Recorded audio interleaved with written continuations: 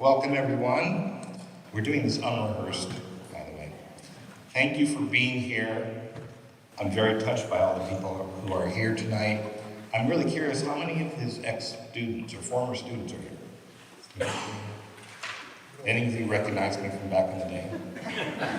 Okay, I will avoid you. And I want to thank all the people who sent well wishes, as Deborah was saying, and heartfelt memories. And I want to thank Deborah for being pretty much the putting this together and Alvin. Amazing how much you work together. So thank you very much. Staff and everything. I find it really interesting, and I'm looking forward to hearing what other people have to say about my father, because you've seen a side of him that I've never experienced. That side was a teacher, a professor, a musical inspiration that changed people's lives, whether they were his students or people who just appreciated him. Friends, relatives, father to two separate families, and many of them are here tonight. My brother Stephen is here and his family. And of course we miss our mother Flo and Joe, and of course Spot, Pumpkin, and Oscar. If you've been around that long, you know who they are. In Oberlin and all around the world, he was who he was, and as far as I can tell, he never became someone else for all these different groups of people. He was always himself. He was kind, he was interesting, he was knowledgeable, he was fun, and he was very caring. He never put himself above others, and I've never heard him say anything negative about any of his former students. Except the worst that he could come up with is that they played more technical rather than emotional. I don't know if that hits home, but that was his thing. I guess that was one of the reasons, the main reason that people wanted to study with him. To be honest, I really have little idea what exactly he taught his students or how he did it. I never really talked about those kind of things with him, and he never seemed to bring his teacher, his professor, home. So he didn't teach us, he didn't treat us that way. It just all seemed very natural and easy. So anyway, I think I'm not saying anything that all of you don't already know. This building, my father's office up on the third floor, holds a lot of memories for me. Through the years growing up in Oberlin, I would sometimes visit him in his studio. When I was very young, I remember I used to like playing with an ink and stamp set that he had on his desk.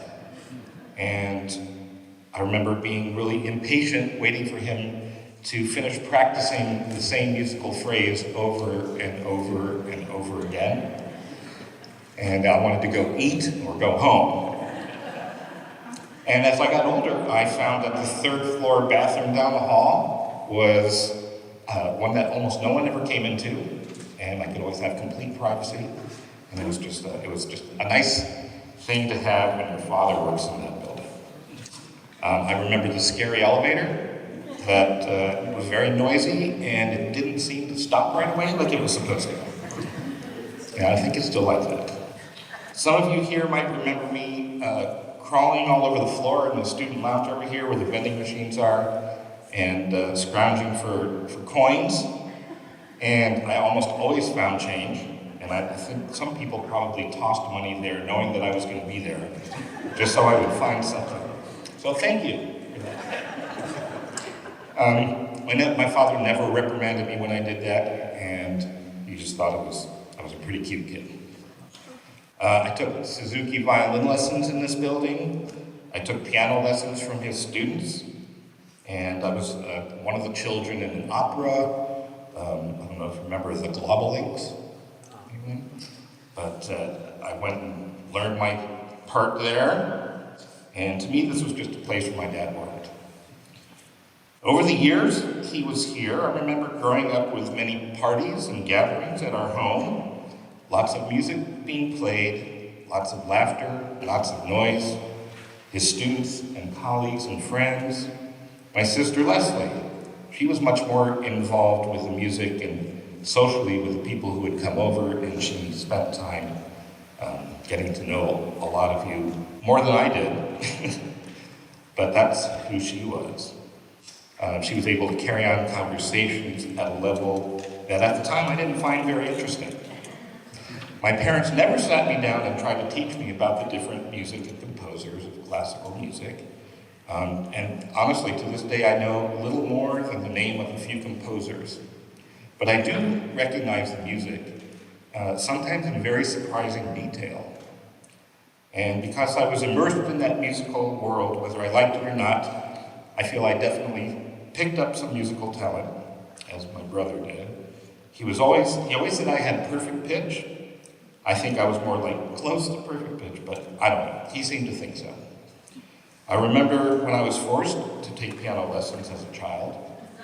I say forced because my parents felt that it was important for me to learn about music and not just listen to it. I wanted my father to teach me piano. I was adamant about it. And I threw a hissy fit because I didn't want to take lessons from his students. I wanted my dad to teach me.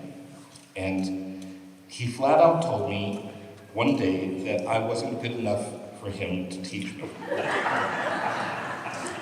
And I think he said that because I was so annoying to him about wanting him to teach me that he just finally lost it. Listen, he wasn't perfect. He was pretty close. I think you should know that about him. But I will admit that that hurt me. Now we're talking about me being 9 or 10 years old. When I was 13, I saw a movie, The Sting, with Scott Joplin ragtime music. And I decided I wanted to learn how to play the entertainer on my own. We were in Santa Clara, California on sabbatical at the time.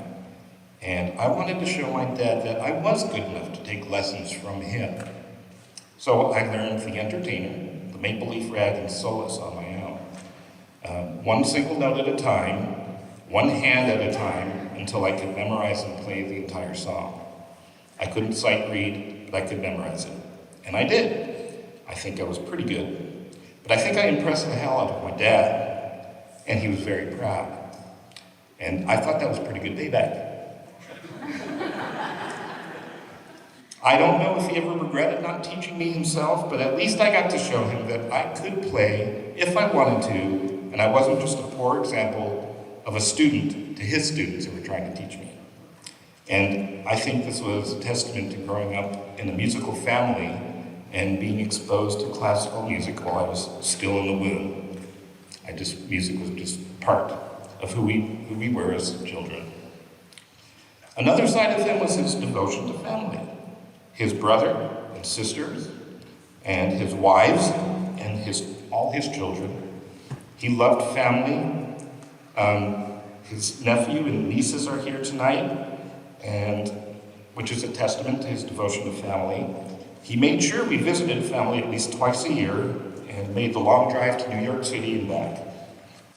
And he made sure we always had a summer vacation, which almost always consisted of camping trips, because on a professor's salary, he couldn't afford much more than that. But I loved it. I still do. He loved the outdoors, and I don't think he missed living in the Bronx and moving to a small, beautiful town. I remember asking him when I was a teenager if he ever regretted moving to a small town and having children, and not traveling the world as a famous pianist like some of the other big-name pianists. He goes,